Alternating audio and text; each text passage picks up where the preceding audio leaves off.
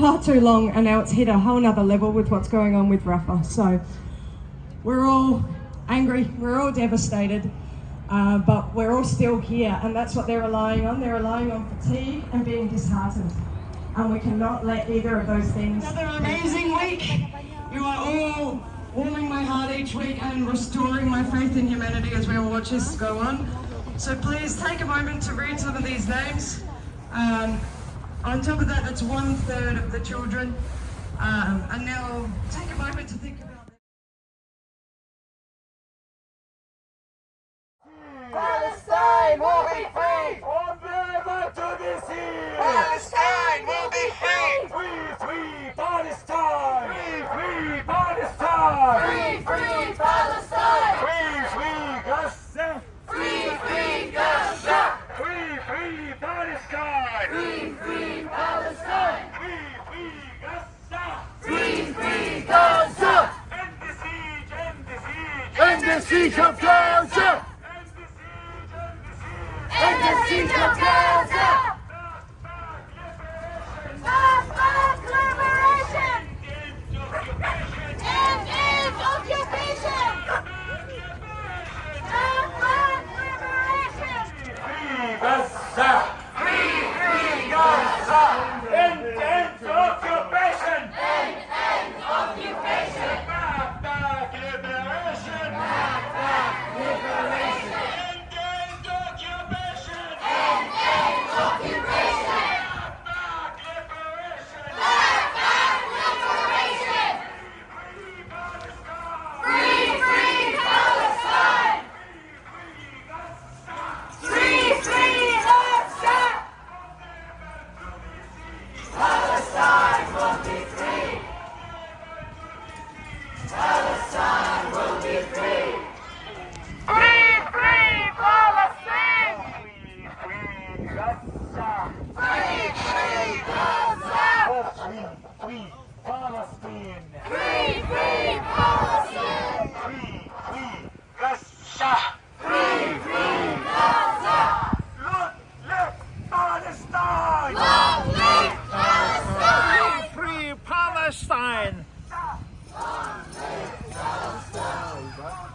A little child had fallen over.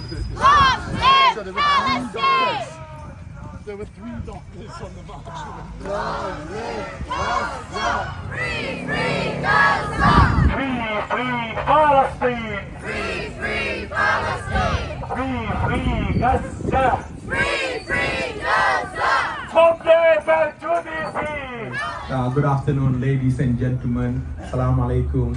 Thank you once again for coming over. And many of the faces are very familiar. You take your time to come each and every week. That shows how good your heart is. I mean, you feel the pain, you feel hurt, you feel sad. What's happening in Gaza? Every minute people are being killed, either by bomb or by starvation or disease. So this can't continue. It's almost more than 4 months now. And we don't know what's our government waiting for. Shame, shame, shame. So what are they waiting for is for us to gradually wane off. No, we'll continue every week with these marches. This is the voice. This is the voice for our Palestinian brothers and sisters. We have to speak for them. So once again, we'll have a peaceful march. Now the thing is, there will be some individual who might try to provoke you while you're marching. Please take it easy. The members of the QPS police are here. They will look after the matter. So if you see anybody trying to provoke you, just refer to the police officers and they will take care of it. And you just continue with the march. Okay. And I'm going to repeat the same message, similar message what Jesse mentioned. No matter where we come from, no matter what language you guys speak, or no matter what your religious beliefs are, if you believe in religion or not, at the end of the day, we are all brothers and sisters. Therefore, we should respect each other. We are brothers and sisters in humanity. We should respect each other, extend love and care, and be compassionate to one another. This is how we are. Because it is nothing to do with politics, it's nothing to do with religion. We see children, babies, male, female, civilians being massacred in front of our eyes. They are fellow human beings. So that's how we feel. We feel sad. So we try to do our best in protesting, peaceful protests, and then of course talking to our politicians. Hopefully some might change their heart and seek for ceasefire. We want ceasefire. When do we want it?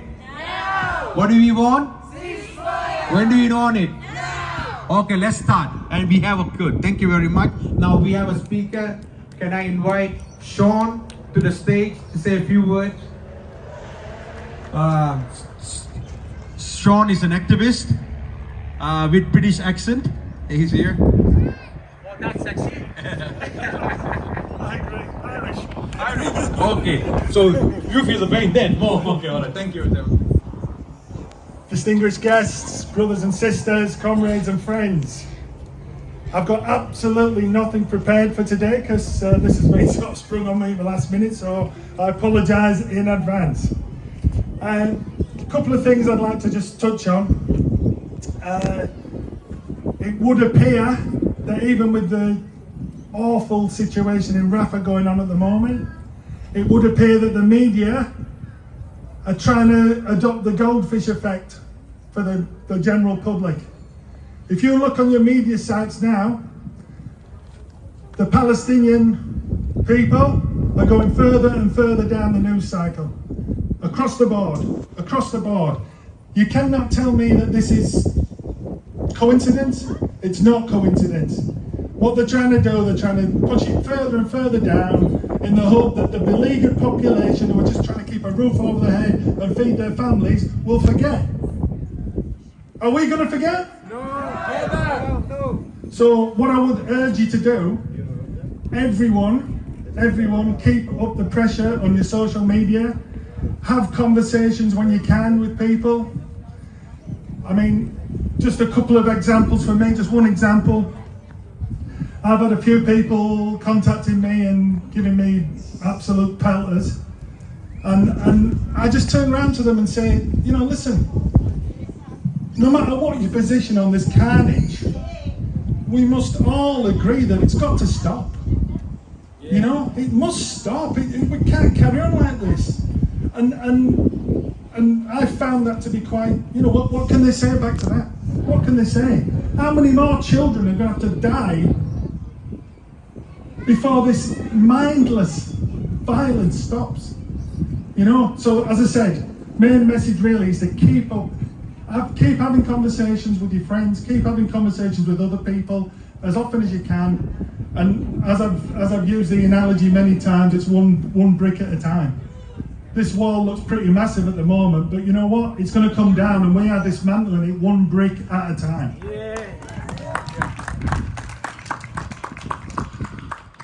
Another thing I want to just touch on, just to give you a bit of personal information from myself.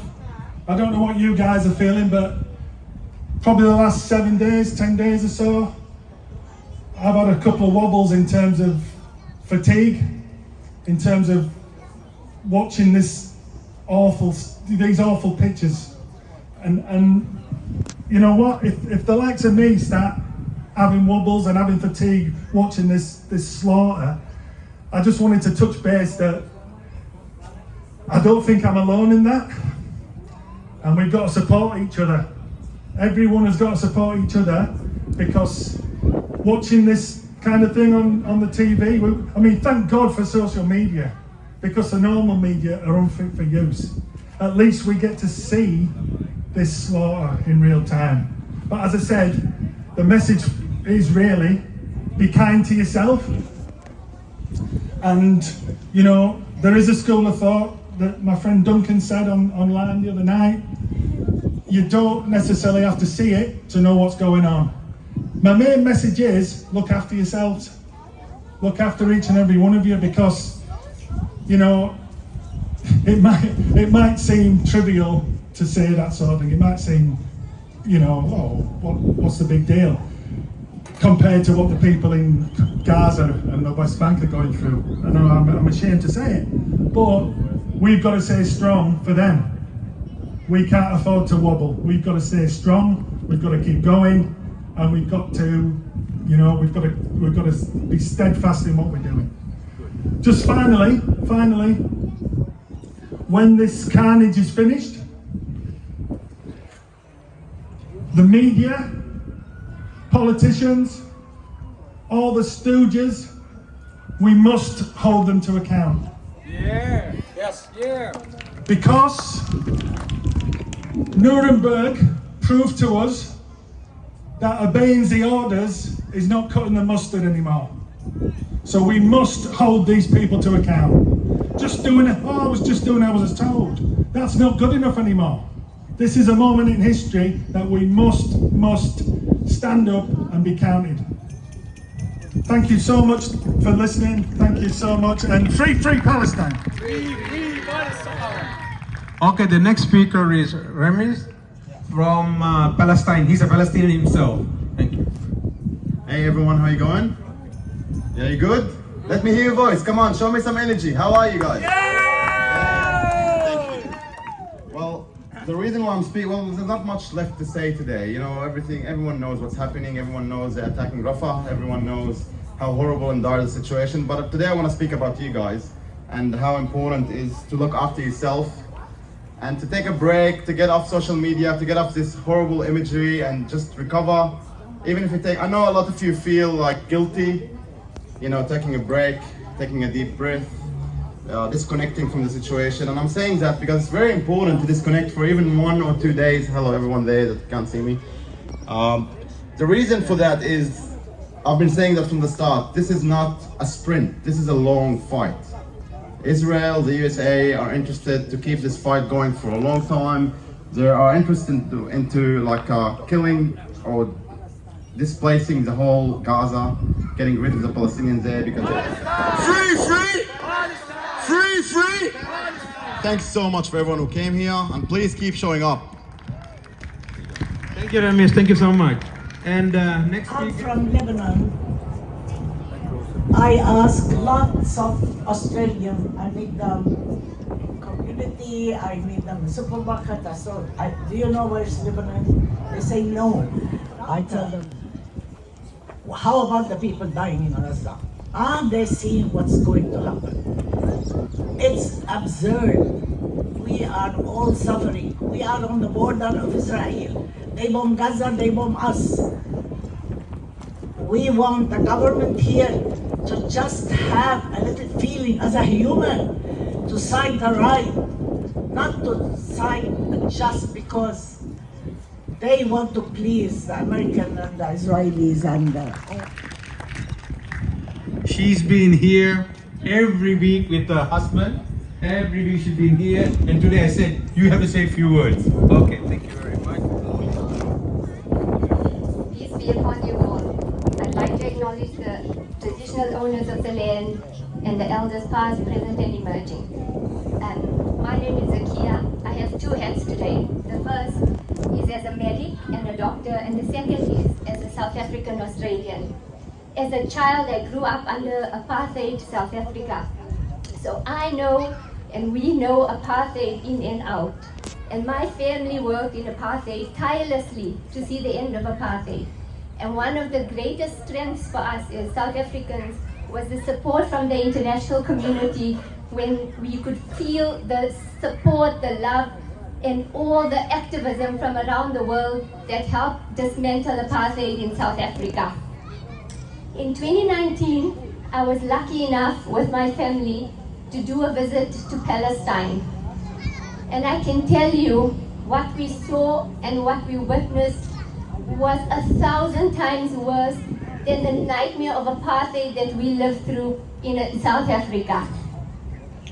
So today I just want to say that we think that we're just a few people doing a few things. South Africa is connected inextricably from that of Palestine.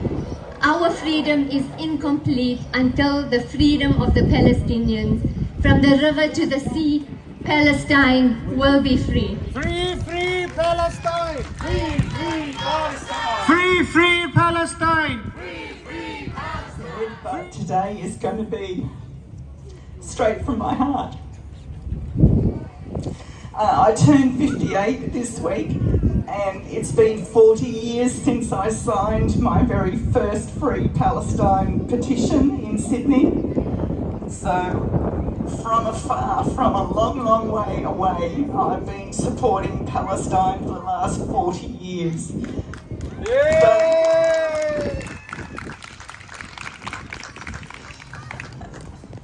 But it's become a little bit more personal for me lately. I have a Facebook friend who lives in Gaza. He is in his 30s, he's married, he's got 3 children, and his last post on Facebook was in November last year.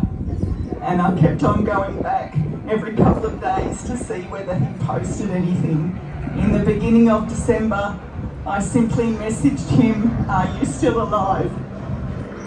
And I didn't hear anything at all until a week ago, and he said, "Yes, I'm still alive." He was kidnapped by the IDF. He has been held a prisoner for all that time. He was injured a little bit. I asked him whether he was injured, but I don't think he was telling me the truth. He said that he was verbally abused, and he said that he was beaten. Well, being beaten is abused. He was trying to downplay it. Somehow he managed to get to his family in Rafah, and when I was last speaking to him, it was the morning after that night in Rafah. I don't even have to tell you the date. It was that night, just a few days ago. Monday, I think. And since then, there's been radio silence again. So I don't know whether he's still in Rafah. I don't know whether he and his family are trying to get away somewhere, anywhere. There is nowhere safe. We've been having some conversations last week. I'm not a qualified counsellor, but I've done a lot of counselling with a lot of different people, and I have no idea what to say to this man. Except to say that we all love you here in Australia, and we are praying for you, and we want you to survive. But he keeps on saying how he wants to die because they have no life, and everything is gone. I think it was a big shock to him because he was away for almost 3 months, and he didn't see all the destruction that had been happening. And when he's come out, wherever he got, he obviously was in Israel somewhere, and they dumped him somewhere on the border, and he's managed to go through and get to Rafah. He's seen all the destruction, and he just keeps on saying that he has nothing. There is no Gaza anymore, and he's so depressed, and I have no idea what to say to this poor man. But that's why it's so important that we keep doing what we're doing, because these are real people. They have real families. They are suffering so much. We can't even fathom what they're going through. So please don't stop coming here, because we need to do this for all the people of Gaza who are just like my friend Meni. Thank you.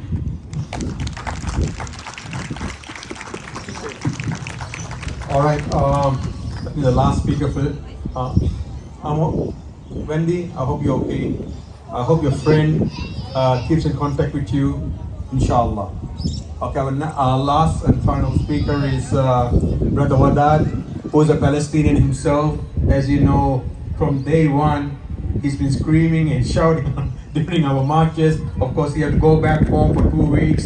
His father passed away a couple of weeks ago, and he's back. And Wadad, thank you so much for being so active. I met you yesterday at the mosque, and you're really, really active. Thank you so much for doing so much work for your Palestinian people. Yeah? Thank you. Thank you so much, brother. Assalamu alaikum, everyone. It's good to see you back again, everyone here. And I'm hoping to see more and more and more of all supporters of freedom of humanity. That's why we are here.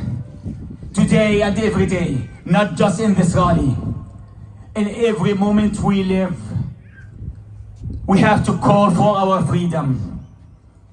It's a freedom of humanity.